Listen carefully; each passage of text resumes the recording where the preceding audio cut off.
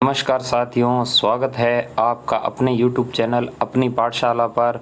और आज हम लेके आए हैं भारतीय राज्य व्यवस्था का एक महत्वपूर्ण टॉपिक, जिसमें हम बात करेंगे संविधान के भाग 1 के बारे में और भाग 2 के बारे में। संविधान का भाग 1 क्या कहता है और भाग 2 क्या कहता है। साथियों, जैसा कि आपको पता है, भारत के संविधान में 22 भाग है, 395 अनुच्छेद है। कितने अनुच्छेद है? 395 अनुच्छेद है और 12 अनुसूचियाँ हैं भारत के संविधान में। ये जो 22 भाग है, उसमें से भाग नंबर 1 और भाग नंबर 2 क्या कहता है। भाग नंबर जो 1 है वो कहता है कि संघ राज्य क्षेत्र उसके बारे में कहता है। भाग 1 संघ राज्य क्षेत्र के बारे में कहता है, जबकि भाग 2 भारत की नागरिकता के बारे में कहता है। तो चलिए आज हम बात करते हैं भारत के संविधान का भाग नंबर 1, और उसमें अनुच्छेद जो हमारे रहेंगे वो रहेंगे अनुच्छेद 1 से लेकर अनुच्छेद 4 तक संविधान के भाग नंबर 1 में है। और इसमें क्या है? संघ राज्य क्षेत्र। इसका मतलब है भारत के राज्य कितने हैं, भारत के केंद्र शासित प्रदेश कितने हैं, उनके बारे में चर्चा करेंगे। तो संविधान का भाग 1 अनुच्छेद 1 क्या कहता है उसकी चर्चा करते हैं। जैसा कि अनुच्छेद 1 कहता है कि इंडिया अर्थात भारत जो राज्यों का क्या होगा? संघ होगा। राज्यों का संघ, यूनियन ऑफ द स्टेट। यहाँ एक शब्द का प्रयोग हुआ है यूनियन, यानी, और यहाँ पे जो नाम आए हैं भारत और इंडिया, इससे पता चलता है कि भारत के जो नाम है, हमारा जो देश के नाम है वो कितने हैं? 2 नाम है हमारे देश के। कौन कौन से है उनकी बात करते हैं। तो उसमें एक है भारत और दूसरा है इंडिया। तो सिर्फ 2 ही नाम है, इसके अलावा और कोई भी नाम नहीं है। अनुच्छेद 1 यही कहता है, इंडिया दैट इज भारत। तो अनुच्छेद 1 में जो चर्चा हुई है वो हमारी हुई है इंडिया और भारत की। इसमें एक जो मुख्य बात लिखी गई है, यूनियन शब्द का प्रयोग हुआ है। कौन से? यूनियन शब्द का प्रयोग हुआ है। इसका क्या मतलब है? डॉक्टर बी आर अम्बेडकर यानी बाबा साहब अम्बेडकर ने इसमें क्या कहा है कि भारत राज्यों के बीच में किसी समझौते का परिणाम नहीं है, अथवा किसी भी राज्य को भारत से अलग होने का अधिकार नहीं होगा। इसका हम कहने का मतलब है कोई भी राज्य भारत से अलग नहीं होगा। यहाँ पर यूनियन का मतलब समझौता नहीं है। यूनियन संगठन को कहा गया है, संघ को कहा गया है, जिससे किसी को अलग होने का अधिकार नहीं होगा। भारत राज्य क्षेत्र में क्या शामिल है? भारत राज्य क्षेत्र में अनुच्छेद 1 में हमारा बताया गया है कि राज्यों का क्षेत्र 28 राज्य, 8 केंद्र शासित प्रदेश और अर्जित किए गए क्षेत्र। कल को भारत जब कोई भूमि का अर्जन करता है, अर्जित करता है, तो वो भी अनुच्छेद 1 में शामिल होंगे। यानी कुल मिला के बात ये कहता है कि अनुच्छेद 1 हमारी प्रॉपर्टी के बारे में बता रहा है कि हमारे पास 28 राज्य और 8 केंद्र शासित प्रदेश हैं। ये हमारी जो देश के राज्य और केंद्र शासित प्रदेशों के बारे में बताता है। साथियों, ये भारतीय राज्य व्यवस्था की चौथी वीडियो है। इससे पहले 3 वीडियो बन गई है, बिल्कुल 0 लेवल से करवा रहे हैं। अगर आपको वीडियो अच्छी लगे तो लाइक और चैनल को ज़रूर सब्सक्राइब करें। अपने साथियों के साथ, अपने मित्रों के साथ में वीडियो को ज़रूर शेयर करें। आप लोगों के लाइक और शेयर करने से हमें भी एक मोटिवेशन मिलता है ताकि हम भी आगे बनाएं। तो इसी वीडियो को आगे कंटिन्यू करते हैं। अनुच्छेद 1 में हो गया, सीधी सी बात है कि इंडिया अर्थात भारत राज्यों का संघ होगा, इतना ही याद रखना है आपने। और इसमें यूनियन शब्द का प्रयोग किया गया है, फेडरेशन शब्द का प्रयोग नहीं किया गया है। अनुच्छेद 2 क्या कहता है? अनुच्छेद 2 कहता है कि नए राज्यों का प्रवेश। कौन से? नए राज्यों का प्रवेश के बारे में बताया गया है। और स्थापना, नए राज्यों का प्रवेश भारत में होगा और नए राज्यों की स्थापना के बारे में बताता है। नए राज्य कौन से? संसद ऐसे क्षेत्रों को भारत में शामिल करने की शक्ति देता है जो वर्तमान में भारत का हिस्सा नहीं है, यानी भारत के बाहर की भूमि को भारत में मिलाना। जैसे हमने 1974 में सिक्किम को सह राज्य बनाया था, फिर 1975 को पूर्ण राज्य का दर्जा दिया गया था। तो भारत से जो बाहर की ज़मीन है, अनुच्छेद 2 के तहत उसे भारत में मिलाकर नए राज्य का निर्माण कर सकते हैं। ध्यान रखना, अनुच्छेद 2 कहता है नए राज्यों का प्रवेश और स्थापना। आगे बात करते हैं अनुच्छेद 3 क्या कहता है। अनुच्छेद 3 कहता है कि वर्तमान राज्यों का, जो वर्तमान के राज्य है, उनके पुनर्गठन के बारे में बताता है। वर्तमान राज्यों का पुनर्गठन कैसे होता है कि राज्य की सीमा बदलना हो, राज्य का नाम बदलना हो, क्षेत्र बदलना हो, ये सारे काम जो वर्तमान राज्य है उनसे जुड़े हुए हैं, तो ये संसद कर सकती है। इसमें क्या करना होता है, संसद द्वारा साधारण बहुमत से मतलब होता है सामान्य बहुमत होता है, एक होता है विशेष बहुमत जिसे 2/3 सदस्यों का अनुसमर्थन लोकसभा से चाहिए और 2/3 सदस्यों का अनुसमर्थन राज्यसभा से चाहिए। लेकिन यहाँ पर जो प्रेजेंट होता है उसमें से जो बहुमत होता है 50+1 वो चाहिए होता है। तो यहाँ पर ये बता रखा है कि संसद साधारण बहुमत से किसी राज्य की सीमा और नाम बदल सकती है। जैसे हमने हाल फिलहाल नाम बदला है, पहले केरल राज्य था, केरल था राज्य, संसद ने अनुच्छेद 3 का प्रयोग करते हुए केरल का नया नाम क्या कर दिया, केरलम कर दिया, है ना, केरलम कर दिया। केरलम मलयालम भाषा का शब्द है, तो अभी जो वर्तमान में केरल है उसका नाम क्या है, केरलम है। संसद ऐसा कर सकती है, अनुच्छेद 3 इस बात की गवाही देता है। तो ये अनुच्छेद 3 हो गया। अब बात यह है कि जब ये विधेयक राष्ट्रपति की पूर्व अनुमति से ही रखा जाएगा और जिस राज्य के लिए रखा जा रहा है वो राज्य की राय बाध्यकारी नहीं है। होता क्या है, राष्ट्रपति किसी राज्य का सीमा परिवर्तन या क्षेत्र परिवर्तन करता है तो उस राज्य से पूछता है, राय लेता है। अगर राज्य इसमें सहमत है, असहमत है, वो राय मायने नहीं रखती है, सिर्फ एक फॉर्मेलिटी होती है राष्ट्रपति की पूछने की। लेकिन जब ऐसा कोई विधेयक रखा जाता है तो पहले राष्ट्रपति से पूछ के फिर रखा जाता है कि हम इस राज्य की सीमा बदलना चाहते हैं, इस राज्य का नाम बदलना चाहते हैं या क्षेत्र परिवर्तन करना चाहते हैं। तो कुल मिला के निष्कर्ष हम यही निकाल सकते हैं कि भारत जो भारत है विनाशी राज्यों का अविनाशी संघ है, यानी इसके राज्य तो समाप्त हो सकते हैं लेकिन ये संघ कभी समाप्त नहीं होगा। इसका कहने का मतलब इतना ही है कि भारत से कोई भी अलग नहीं हो सकता। विनाशी राज्यों का अविनाशी संघ कह सकते हैं अपने। आगे चर्चा करते हैं अनुच्छेद 4 के बारे में।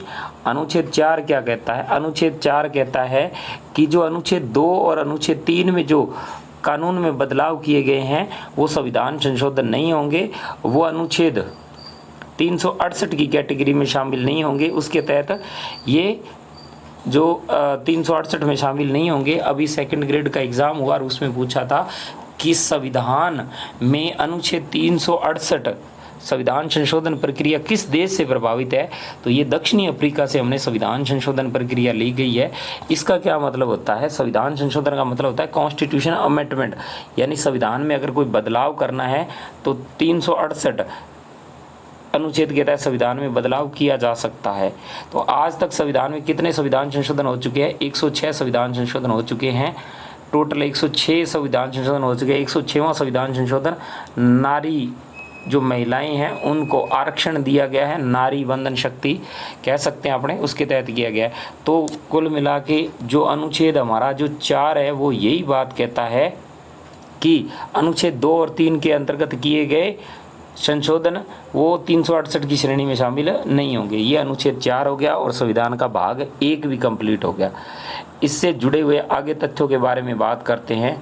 अनुच्छेद जो 1 से 4 तक के उससे जुड़े हुए वाद कौन से, वाद होते हैं केस।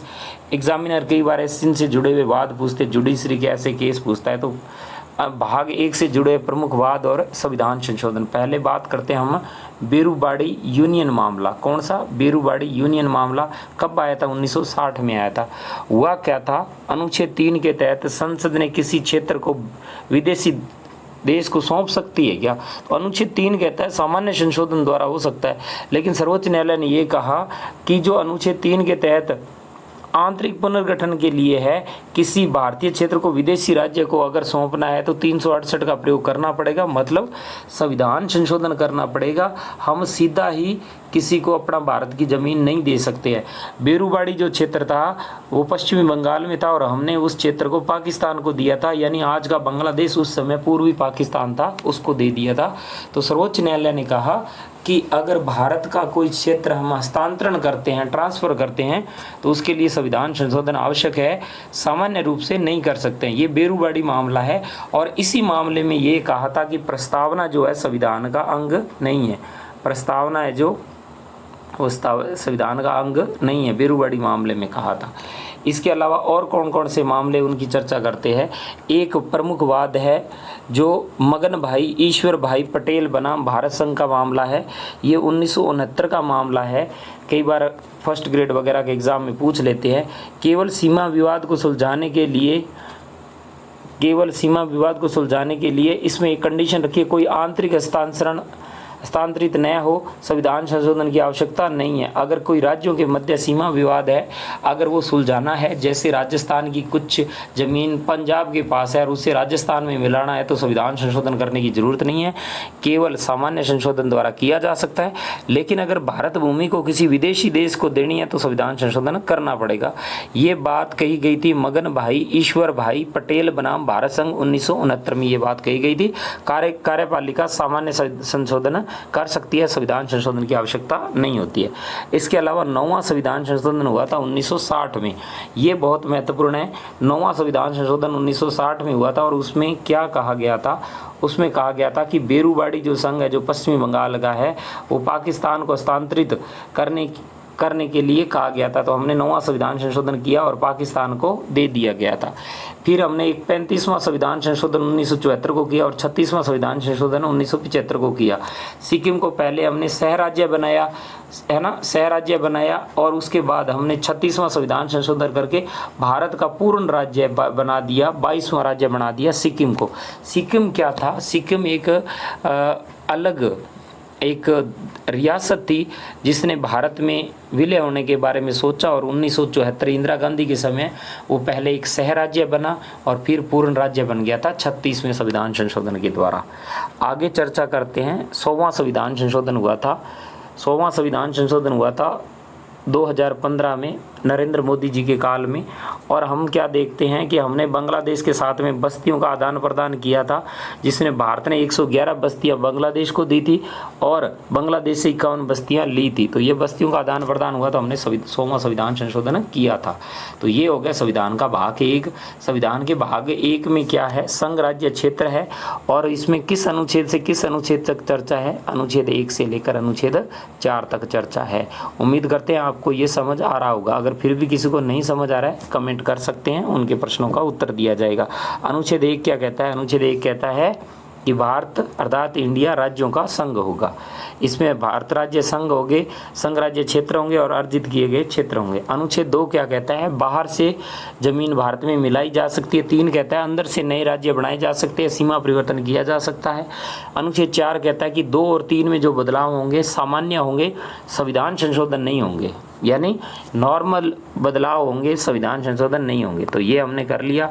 हमने देखा बेरूबाड़ी मामला 1960 में आया, मगन भाई मामला 1969 में आया, 9वां संविधान संशोधन 1960 में हुआ, 35वां 36वां संविधान संशोधन सिक्किम से जुड़ा हुआ है, 100वां संविधान संशोधन बांग्लादेश से जुड़ा हुआ है। और अब हम बात करेंगे संविधान का भाग नंबर 2। संविधान में टोटल भाग कितने? 22। और हमने संविधान का एक भाग कर लिया, भाग नंबर 1 कर लिया और भाग नंबर 2 करते हैं चर्चा। तो अब हमारा है भाग नंबर 2 और भाग नंबर 2 में क्या है? नागरिकता है। और नागरिकता हमने किस देश से ग्रहण की है? जो एकल नागरिकता का प्रावधान है। एकल नागरिकता मतलब सिंगल सिटीजनशिप। आप केवल भारत के नागरिक हो, आप राजस्थान के नागरिक नहीं हो, आप पंजाब के नागरिक नहीं हो, आप केवल और केवल भारत के नागरिक हो। हमारे भारत में एकल नागरिकता पाई जाती है और एकल नागरिकता का प्रावधान हमने ब्रिटेन देश से ग्रहण किया है, यानी ब्रिटेन इंग्लैंड से ग्रहण किया है। अंग्रेज इंग्लैंड से आए थे तो वहाँ पर एकल नागरिकता का प्रावधान था, तो हमने भी इसको रख लिया। तो चर्चा करते हैं अनुच्छेद कहाँ से कहाँ तक है इसमें। अनुच्छेद 5 से लेकर 11 तक संविधान के भाग 2 में है। भाग 1 में है अनुच्छेद 1 से लेकर अनुच्छेद 4 तक हमें भाग 1 में है, जबकि अनुच्छेद संविधान का भाग 2 में है अनुच्छेद 5 से अनुच्छेद 11 तक, आर्टिकल 11 तक। तो अब हम चर्चा करते हैं संविधान का जो भाग 2 है उसके बारे में चर्चा करते हैं। और 2 क्या कहता है? अनुच्छेद 5 कहता है कि संविधान के प्रारंभ में नागरिकता, यानी 26 जनवरी 1950 को भारत का जो संविधान बना था उस समय कौन भारत के नागरिक होंगे? तो जो भारत भूमि पर निवास करने वाले लोग थे, जिनका जन्म भारत में हुआ है, वो भारत के सारे नागरिक हो गए। ये अनुच्छेद 5 कहता है संविधान के प्रारंभ में नागरिकता। संविधान का भाग 6 क्या कहता है? संविधान का भाग जो 6 है वो कहता है कि पाकिस्तान से कुछ लोग पाकिस्तान से भारत आ गए थे, इमिग्रेंट्स थे, वो व्यक्तियों की नागरिकता है। जो पाकिस्तान से, ये जैसे पाकिस्तान है और वहाँ से पाकिस्तान से चल के भारत आ गए, अनुच्छेद 6 कहता है वो सारे के सारे भारतीय होंगे। तो यहाँ पे अनुच्छेद 6 पाकिस्तान से आने वालों के बारे में बताया था कि वो लोग भारतीय हुआ। साथ ही हुआ क्या था, बंटवारा हुआ था। बंटवारे की वजह से कुछ लोग यहाँ से उधर चले गए थे, उधर वाले इधर आ गए थे। तो जो पाकिस्तान से लोग आए थे वो अनुच्छेद 6 के तहत भारत के नागरिक हो गए। और अनुच्छेद 7 क्या कहता है, अनुच्छेद 7 कहता है जिन्होंने भारत छोड़ दिया, जिन्होंने भारत छोड़कर पाकिस्तान को चले गए वो भारत के नागरिक नहीं होंगे। यानी जिन्होंने भारत ही छोड़ दिया है तो वो भारत के नागरिक कैसे हो सकते हैं, ये अनुच्छेद 7 कहता है। आगे चर्चा करते हैं अनुच्छेद 8 की। अनुच्छेद 8 क्या कहता है, अनुच्छेद 8 कहता है कि जो भारत से बाहर रहने वाले भारतीय मूल के लोग हैं, इंडियन ओरिजिन के लोग हैं, उनके नागरिकता संबंधी अधिकार अनुच्छेद 8 में है। तो जैसे विदेशों में बहुत सारे लोग रह रहे हैं, उनके परिवार के सदस्य अगर भारत की नागरिकता लेना चाहे तो वो ले सकते हैं, उनके लिए प्रावधान अनुच्छेद 8 के तहत है। अनुच्छेद 9 क्या कहता है, अनुच्छेद 9 कहता है कि स्वेच्छा से विदेशी देश की नागरिकता लेने पर भारतीय नागरिकता का अंत हो जाना। अगर कोई व्यक्ति अपनी मर्जी से भारत की नागरिकता छोड़ देता है या विदेशी देश की नागरिकता ले लेता है तो भारतीय नागरिकता का क्या हो जाएगा, अंत हो जाएगा, अपने आप ही हो जाएगा। तो ये है अनुच्छेद 9। अनुच्छेद 10 क्या कहता है, अनुच्छेद 10 कहता है नागरिकता के अधिकारों की निरंतरता। संसद विधि बनाकर बिना नागरिकता नहीं छीनी, संसद की विधि के बिना नागरिकता नहीं छीनी जा सकती है। तो ये नागरिकता के कुछ दशाओं में अधिकारों का बने रहना, ये अनुच्छेद 10 कहता है, ध्यान रखना। अनुच्छेद 11 क्या कहता है, देखिए इसको समझ लीजिए, ये है क्या, इसको थोड़ा सा अच्छे तरीके से समझो। ये कह रहा है कि संसद कभी भी बिना विधि बनाए नागरिकता किसी से भी नहीं लेगी, उसके लिए वो संशोधन करेगी, उसके तहत विधि होगी, उसके अनुसार भारत की संसद काम करेगी, अनुच्छेद 10 के अनुसार। अनुच्छेद 11 क्या कहता है, अनुच्छेद 11 यही परीक्षा में सबसे महत्वपूर्ण है। पिछली सीईटी भर्ती में पूछा, सेकंड ग्रेड में पूछा, फर्स्ट ग्रेड में भी पूछने की संभावना है। अनुच्छेद 11 इस संविधान के भाग नंबर 2 में सबसे इम्पोर्टेंट अगर कोई है तो वो अनुच्छेद 11 है। 11 क्या कहता है, 11 कहेगा कि नागरिकता के संबंध में कानून बनाने की शक्ति एकमात्र किसके पास है, भारत की संसद के पास में। तो एग्जामिनर अगर आपसे पूछे कि नागरिकता संबंधी कानून बनाने की शक्ति किस में है, भारत के राष्ट्रपति में, भारत के प्रधानमंत्री में, महान्यायवादी में या संसद में, तो संसद है। संसद के अंग कितने, देखो संसद किसे कहते हैं, संसद होती है, इसके 2 सदन होते हैं, कौन से, लोकसभा और राज्यसभा और राष्ट्रपति। जब ये तीनों मिल जाते हैं तो संसद बन जाती है, ध्यान रखना। तो संसद के सदन 2 है, अंग 3 है। तो ये नागरिकता संबंधी कानून बनाने की शक्ति भारत के संसद के पास में है। तो ये अनुच्छेद एक बार देख लेते हैं। संविधान का भाग 2 में किसका उल्लेख है, नागरिकता का उल्लेख है। हमने नागरिकता कौन सी रखी है, एकल नागरिकता। एकल नागरिकता का प्रावधान हमने कहाँ से लिया, ब्रिटेन से लिया। तो अनुच्छेद 5 क्या कहता है, अनुच्छेद 5 कहता है कि संविधान के जब शुरू हुआ था उस समय भारत की नागरिकता। अनुच्छेद 6 कहता है कि पाकिस्तान से जो लोग भारत आ गए हैं वो भारत के नागरिक होंगे। अनुच्छेद 7 क्या कहता है, जो पाकिस्तान को चले गए हैं वो भारत के नागरिक नहीं होंगे। 8 क्या कह रहा था, विदेशों में जो भारतीय मूल के लोग रह रहे हैं उनके नागरिकता संबंधी अधिकार है, ये 8 कहता है। अनुच्छेद 9 क्या कहता है कि अगर आप किसी ने अपने मर्जी से भारत की नागरिकता छोड़ दी है या फिर विदेशी देश की नागरिकता ले ली है तो वो भारत का नागरिक नहीं होगा, उसकी नागरिकता स्वतः ही समाप्त हो जाएगी। अनुच्छेद 10 क्या कहता है, नागरिकता के अधिकारों की निरंतरता।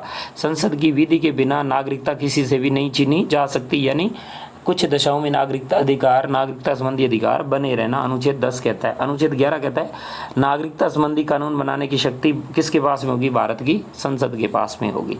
तो ये हो गए अनुच्छेद 11 संविधान के भाग 2 हो गए। अब बात करते हैं नागरिकता अधिनियम 1955, यानी जो हमें नागरिकता दी गई है किस अधिनियम के तहत दी गई है, तो एक नागरिकता संबंधी भारत की संसद ने एक अधिनियम बनाया था जिसे बोला जाता है भारतीय नागरिकता अधिनियम 1955। इससे जुड़े हुए कुछ महत्वपूर्ण तथ्य जो भारत की संसद अनुच्छेद 11 के अनुसार नागरिकता अधिनियम 1955 लेके आई, उसमें क्या प्रावधान थे। तो भारत की अगर नागरिकता लेनी है तो 5 तरीके से ले सकते हैं, बाय बर्थ यानी जन्म से, वंशानुगत, पंजीकरण बाय रजिस्ट्रेशन, देशीकरण से या क्षेत्र समाविष्ट होने पर यानी लैंड एक्वायर भूमि अर्जन के द्वारा भारत की नागरिकता ली जा सकती है। भारत की नागरिकता छोड़ी कैसे जा सकती है? एक तो अपनी मर्जी से छोड़ दे, या सरकार उससे छीन ले, या वंचित कर दे। छीनना कैसे? जैसे वो देशद्रोही कोई कार्य करता जाता है, विदेशी किसी दूसरे देश की जासूसी कर रहा है, भारत के खिलाफ कोई साजिश रच रहा है, तो उसकी नागरिकता छीनी जा सकती है, वंचित किया जा सकता है। और अगर किसी विदेशी देश की ले लेता है तो भी चली जाती है। तो भारतीय नागरिकता अधिनियम 1955 के बारे में करते हैं, जिसमें पहला संशोधन 1986 को हुआ। और इसमें क्या प्रावधान किया गया था? इसमें ये कहा गया कि माता पिता भारत में जन्मे बच्चे को नागरिकता तभी मिलेगी जब माता पिता में से कोई एक भारतीय हो। ये 1986 में संशोधन किया गया था, तो ये ध्यान रखना। इससे पहले ये था कि भारत में जन्म ले लिया वो भारत का नागरिक हो। फिर मामला आया कि भारत में तो बहुत सारे विदेशी लोग भी घूमने आ जाते हैं, फिर वो कैसे? यहाँ कोई 5-4 साल से रह रहा है, अगर उसके बच्चों का जन्म भी यहाँ हो गया तो क्या वो भारतीय नागरिक हो जाएंगे? तो हमने संशोधन किया और ये लिखा कि माता पिता में से कोई एक भारतीय हो, वही इंडियन सिटीजन हो सकता है। फिर हमने नागरिकता संशोधन अधिनियम हमने ये किया 2003 में, और इसके तहत क्या किया? एक OCI कार्ड बनाया, ओवरसीज सिटीजन ऑफ इंडिया की अवधारणा जोड़ी। यानी जो विदेशों से भारतीय मूल के लोग रह रहे हैं उनका एक OCI कार्ड बन जाए, ताकि भारत आने के लिए उन्हें बार बार वीज़ा ना लेना पड़े। अगर किसी ने दूसरे देश की नागरिकता ले ली है लेकिन वो भारतीय मूल का है लेकिन भारत में आना चाहता है, तो उसका एक OCI कार्ड बन जाएगा, overseas citizen of India. Hindi में बोलते हैं समुद्र पारीय नागरिक। अवैध प्रवासियों को भारतीय नागरिकता से अलग रखा गया, ध्यान रखना। ये 2003 में कंसेप्ट आया था। फिर इसके बाद में एक संशोधन और हुआ 2019 में, जो CAA के नाम से जाना जाता है। इसमें क्या हुआ कि पाकिस्तान, बांग्लादेश, अफगानिस्तान से आए 6 अल्पसंख्यक समुदाय, यहाँ तो कोई हिंदू है, सिख है, बौद्ध है, जैन है, पारसी है, ईसाई है, वो भारत की नागरिकता देने का प्रावधान किया गया था। ध्यान रखना, इसमें मुस्लिम नहीं है, मुसलमानों को नहीं बताया, क्योंकि पाकिस्तान में मुसलमान बहुसंख्यक है, बांग्लादेश में बहुसंख्यक है, अफगानिस्तान में बहुसंख्यक है। केवल इन देशों से जो अल्पसंख्यक है, अल्पसंख्यक कौन होते हैं? जिनकी संख्या कम हो, जनसंख्या कम हो, उन्हें अल्पसंख्यक कहा जाता है। हिंदू, सिख, बौद्ध, जैन, पारसी, ये लोग जो इन देशों में रह रहे थे, अगर भारत में आके रह रहे हैं 2014 से पहले के, तो वो भारत के नागरिक हो सकते हैं। यहाँ पर तिथि जो बताई गई 31 दिसंबर 2014 या उससे पहले भारत में रह रहे हैं तो वो भारत के नागरिकता लेने के लिए पात्र होंगे। संविधान के भाग 2 से जुड़े हुए कुछ केस देखते हैं। जैसे एक केस आया था मोहम्मद रज़ा बनाम उत्तर प्रदेश 1966 में। इसमें सर्वोच्च न्यायालय ने माना है कि केवल भारत में निवास करने से कोई नागरिक नहीं हो जाता। संविधान के प्रारंभ पर निष्ठा और अधिवास आवश्यक है, यानी वहाँ का मुख्य निवासी होना आवश्यक है। फिर प्रमुख वाद एक मामला आया था जो मामला था सर्बानंद सोनेवाल बनाम भारत संघ 2005 में आया था। सर्वोच्च न्यायालय ने असम में IMDT एक्ट 1983 के तहत असंवैधानिक घोषित कर दिया और कहा कि अवैध प्रवास राज्य के आंतरिक आक्रमण के समान है। यानी जो आ गए हैं भारत में, बांग्लादेशी वगैरह आ गए हैं, वो अवैध है, वो गलत है। तो इस मामले में ये डिसीजन दिया गया था। तो संविधान का भाग 2 में ये प्रमुख बात है। एक बार फटाफट देख लेते कौन कौन से हैं। भारतीय नागरिकता अधिनियम 1955 आया था। अनुच्छेद 11 के तहत नागरिकता बनाई जा सकती है। भारत की नागरिकता 5 तरीके से ली जा सकती है। कैसे? जन्म के द्वारा, वंशानुगत द्वारा, पंजीकरण द्वारा, देशीकरण द्वारा या भूमि अर्जन के द्वारा।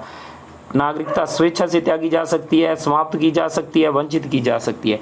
नागरिकता अधिनियम 1986 में संशोधन किया गया कि बच्चा अगर भारत में कोई जन्म लेता है तो उसका माता पिता में से एक भारतीय होना चाहिए। 2003 में OCI कार्ड का प्रावधान आया, समुद्र पारीय नागरिक के बारे में आया। फिर CAA एक्ट आया 2019 में, ये इंपॉर्टेंट है। पाकिस्तान, बांग्लादेश, अफगानिस्तान से 6 अल्पसंख्यक समुदाय, हिंदू, सिख, बौद्ध, जैन, पारसी, अगर इन देशों से भारत में आते हैं तो उन्हें भारत की नागरिकता दे दी जाएगी। बस शर्त यह है कि 2014 से पहले भारत में रह रहे हो, यानी 2014 से पहले से भारत में रह रहे हो तो वो भारत के नागरिक बन सकते हैं। भाग 2 से जुड़े हुए ये कुछ मामले हैं जिनके बारे में अपने चर्चा की। तो ये संविधान का भाग 1 और भाग 2 कंप्लीट हो गए। साथियों, आपको वीडियो अच्छी लगी तो लाइक, शेयर, सब्सक्राइब करें और कमेंट बॉक्स में अपनी राय जरूर रखें। मिलते नेक्स्ट वीडियो में। जय हिंद, जय भारत।